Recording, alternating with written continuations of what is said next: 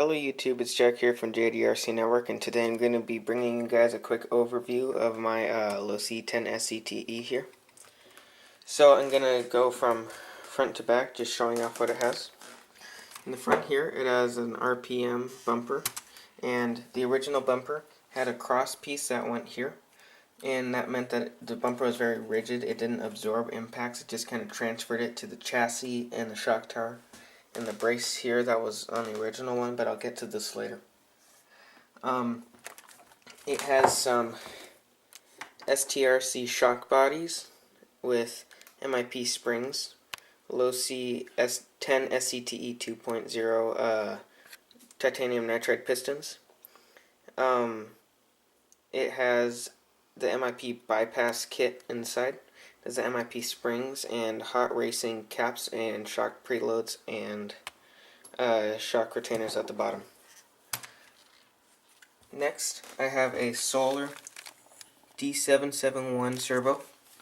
It has 208 ounce-inches of torque at 7.4 volts.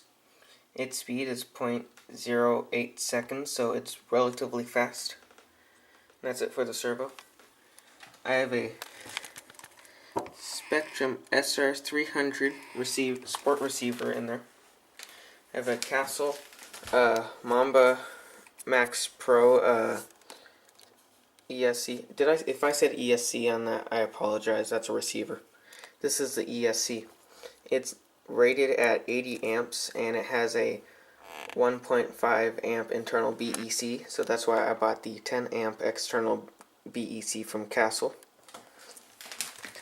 That ESC came with a Castle 1415 550 size 4-pole brushless motor. And I'm just going to show you guys what it says there. So that's the motor. I'm running an 18 tooth pinion and the stock spur. I don't know what that is. I think it's a 40 tooth. I could be wrong. I have a SkyLipo 4400 milliamp 40C 3-cell LiPo battery. It's a hard case, so it's good for RC cars that can take impact without getting all screwed up. The shocks in the back are the same, except that the springs are by Losi. They're the Losi's orange springs. I think the little label has worn off, but somewhere on here, right there, you can see it has a little orange paint mark to show what the spring rate was. I'm running stock sway bars front and rear. I have some J Concepts rim on here. Don't know what kind it is. If you guys can tell me, that'd be great.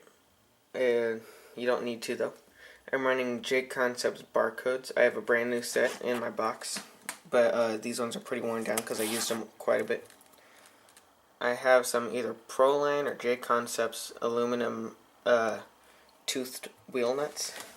What I mean by toothed is in here.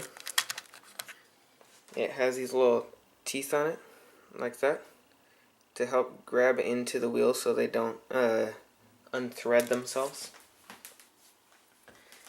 I've held down the wires on top of the center upright with 3 zip ties and some electrical tape. Electrical tape keeps them from getting damaged, and the zip ties just holds it down.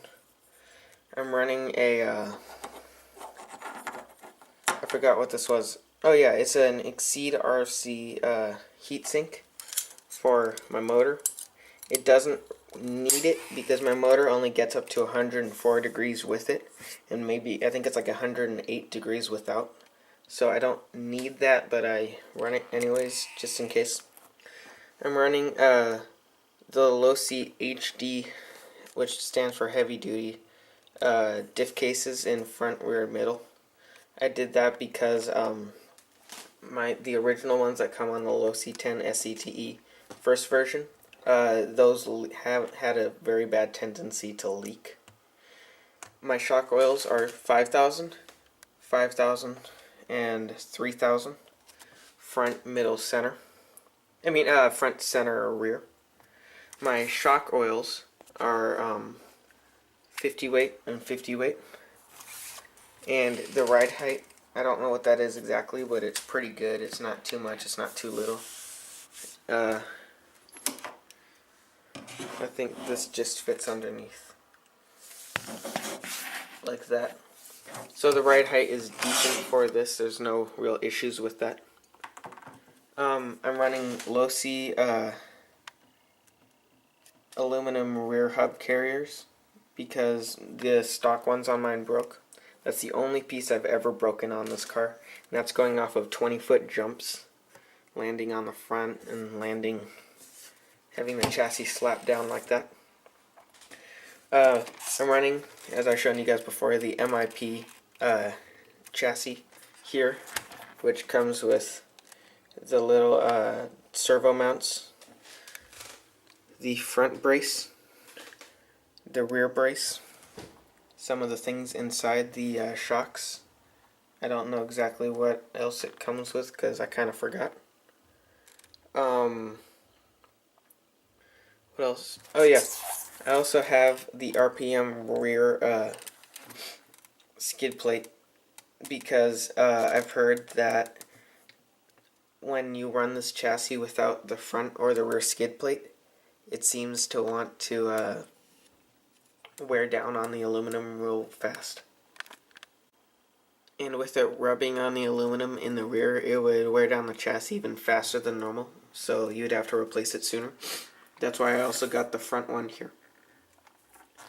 It also comes with carbon fiber rear and front shock towers with different mounting positions, because as you can see, the stock mounting positions are here and there, and they also give you 3 holes up here and there for both front and rear.